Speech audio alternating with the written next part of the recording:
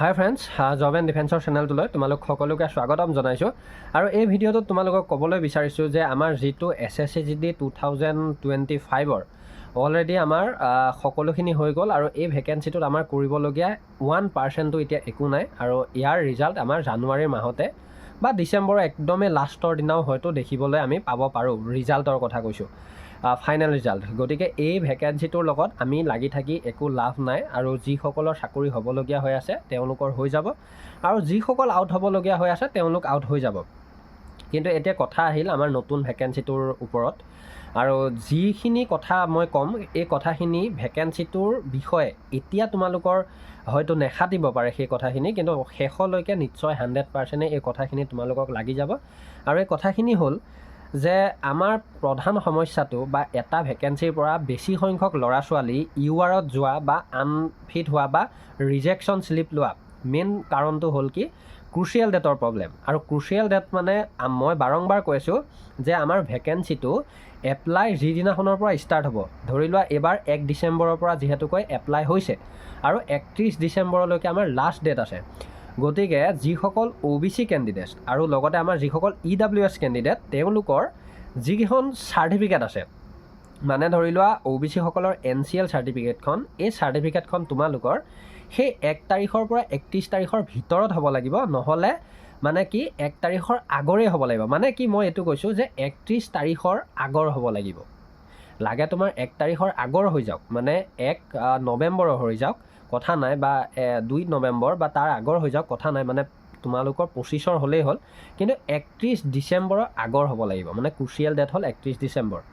আৰু NCLখন আৰু EWSখন এই দুটা কাষ্টে বহুত পিছলৈ প্ৰব্লেম হ'বলগীয়া হয়। মই সেইকাৰণে বাৰম্বাৰ এই কথাখিনি তোমালোকক কৈছোঁ যাতে তোমালোকে বনাই ল'ব পাৰা। তাৰপিছতে 2 নম্বৰ কথাটো হ'ল যে এটা নতুন ভেকেঞ্চি আমি যেতিয়া এপ্লাই কৰোঁ, যিসকল বিশেষকৈ নতুন কেণ্ডিডেট, মানে আমাৰ SSCGDৰ লগত এইবাৰ একদম প্ৰথম মানে এক্সাম দিবলৈ ওলাইছা, তোমালোকৰ লাগতিয়াল কথাবিলাক কোনবিলাক?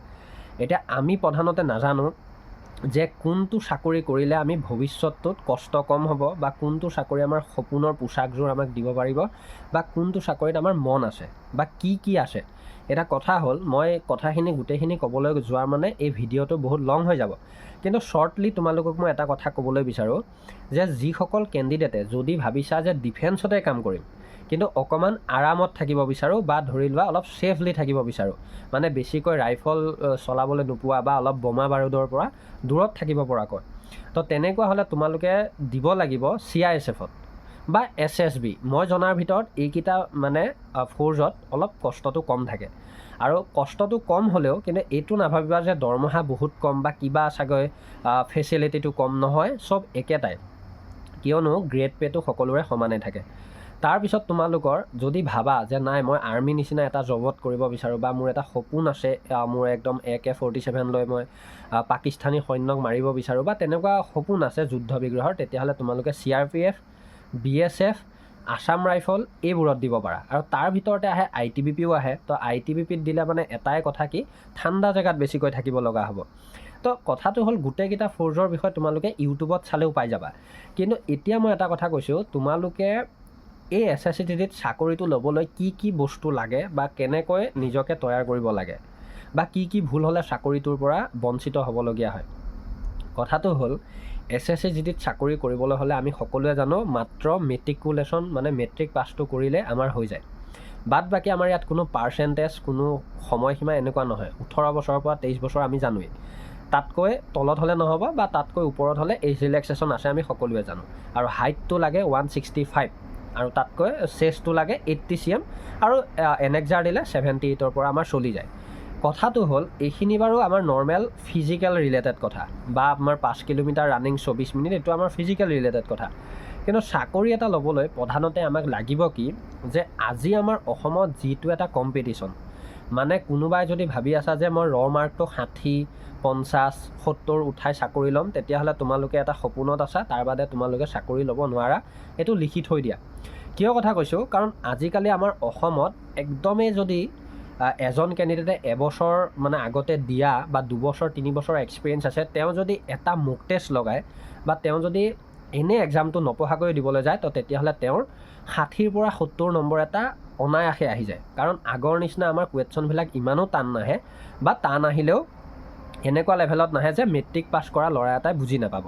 একেবাৰে বেয়া কেইজনৰ কথা মই ক'বলৈ নাযাওঁ, কিন্তু যিকেইজনে অলপ হ'লেও অধ্যয়ন কৰি গৈছে বা অলপ হ'লেও টেকনিকেলিভাৱে তেওঁলোকে জানে, তো তেওঁলোকৰ বাবে কিন্তু 60 বা 70 উঠোৱা কথাটো একেবাৰে টান কথা নহয়। গতিকে মই তোমালোকক এইটোৱে কওঁ যে চাকৰিটো ল'বলৈ হ'লে SSC যদি চাকৰিটো এনেকুৱা যে তোমালোকে ফিজিকেল ভাল হওক, লাগে তোমালোকে 18 মিনিট 17 মিনিটতে 5 কিলোমিটাৰ কমপ্লিট নকৰা কিয়, যদি তোমালোকে ৰিটেনত এটা ভাল স্ক'ৰ কৰিব নোৱাৰা, তেতিয়াহ'লে ৰানিং পাছ কৰিও লাভ নহ'ব, মেডিকেল পাছ কৰিও লাভ নহ'ব। গতিকে ফাৰ্ষ্ট আৰু ওৱান ষ্টেপটো আহে আমাৰ মানে ৰিটেন এক্সাম। আৰু ৰিটেন এক্সামত যাওঁতে মন দিবলগীয়া কথাকেইটা এইটোৱে, মই সৰু কথা আজি কৈ দিছোঁ, যিহেতুকে আমাৰ নতুন ভেকেঞ্চিটোত মই এইখিনি কথা কোৱা নাই। তোমালোকে যেতিয়া ৰিটেন এক্সামটোত বহিবা, সেই বহাৰ আগতে তোমালোকৰ ফিংগাৰ প্ৰিণ্টৰ এটা চেকিং হ'ব। আৰু ফিংগাৰ প্ৰিণ্টৰ চেকিংটোত তোমালোকে লেফ্ট থাম্বটো দিব লাগিব, এই কথাটো সকলোৱে জানা। কিন্তু তাৰ আগতে মানে লেফ্ট থাম্বটো দিওঁতে যদি কিবা খেলি মেলি হয়, তেতিয়াহ'লে তোমালোকৰ ডাবুল থাম্বত দিয়ে মেচিনত। এই টপিকটোক লৈ মই এটা বেলেগকৈ ভিডিঅ' আনিম বাৰু, চিন্তা কৰিব নালাগে। কিন্তু কথা হ'ল ফিংগাৰ প্ৰিণ্টটো তোমালোকে ভালকৈ দিবলৈ চেষ্টা কৰিবা, নহ'লে পিছত দিগদাৰ হয়। এইটো এটা প্ৰধান সমস্যা। আৰু লগতে তোমালোকে এতিয়া যদি SSC যদি 2026ত এটা ভাল স্ক'ৰ কৰিম বুলি ভাবি আছা, তেতিয়াহ'লে তোমালোকে, মই বেলেগৰ নিচিনা কোচিঙৰ কথা, কিতাপৰ কথা বা অন্য একো নকওঁ, খালি তোমালোকক মই এটা কথা ক'ব বিচাৰোঁ, যিমান চেল্ফ ষ্টাডি কৰিবা, যিমানেই বস্তুবিলাক চাবা বা যিমানখিনি তোমালোকে বস্তুটোৰ ভিতৰলৈ সোমাই যাবা, তিমানে ভাল এটা স্ক'ৰ কৰিব পাৰিবা। যদি ওপৰে কিতাপখন মেলি চাইছা তেতিয়াহ'লেও নহ'ব, আৰু যদি ধৰি লোৱা এটা কোচিং লৈ পেলাই ক্লাছ নকৰাকৈ আছা তেতিয়াও নহ'ব, মই তেনেকৈ ভাবোঁ। আৰু এটা কথা মই ইমান ক'বলৈ নাযাওঁ, কাৰণ আজিকালি মোতকৈ বহুত টেলেণ্টেড ল'ৰা ছোৱালী আছে বা হয়তো বহুত জানে। মই এইটো নকওঁ যে মই টেলেণ্টেড, মই ভিডিঅ'টো বনালোঁ কাৰণে মই সকলো জানো, সেইটো নহয়। তোমালোকে মোতকৈ হয়তো বেছি জানিব পাৰা।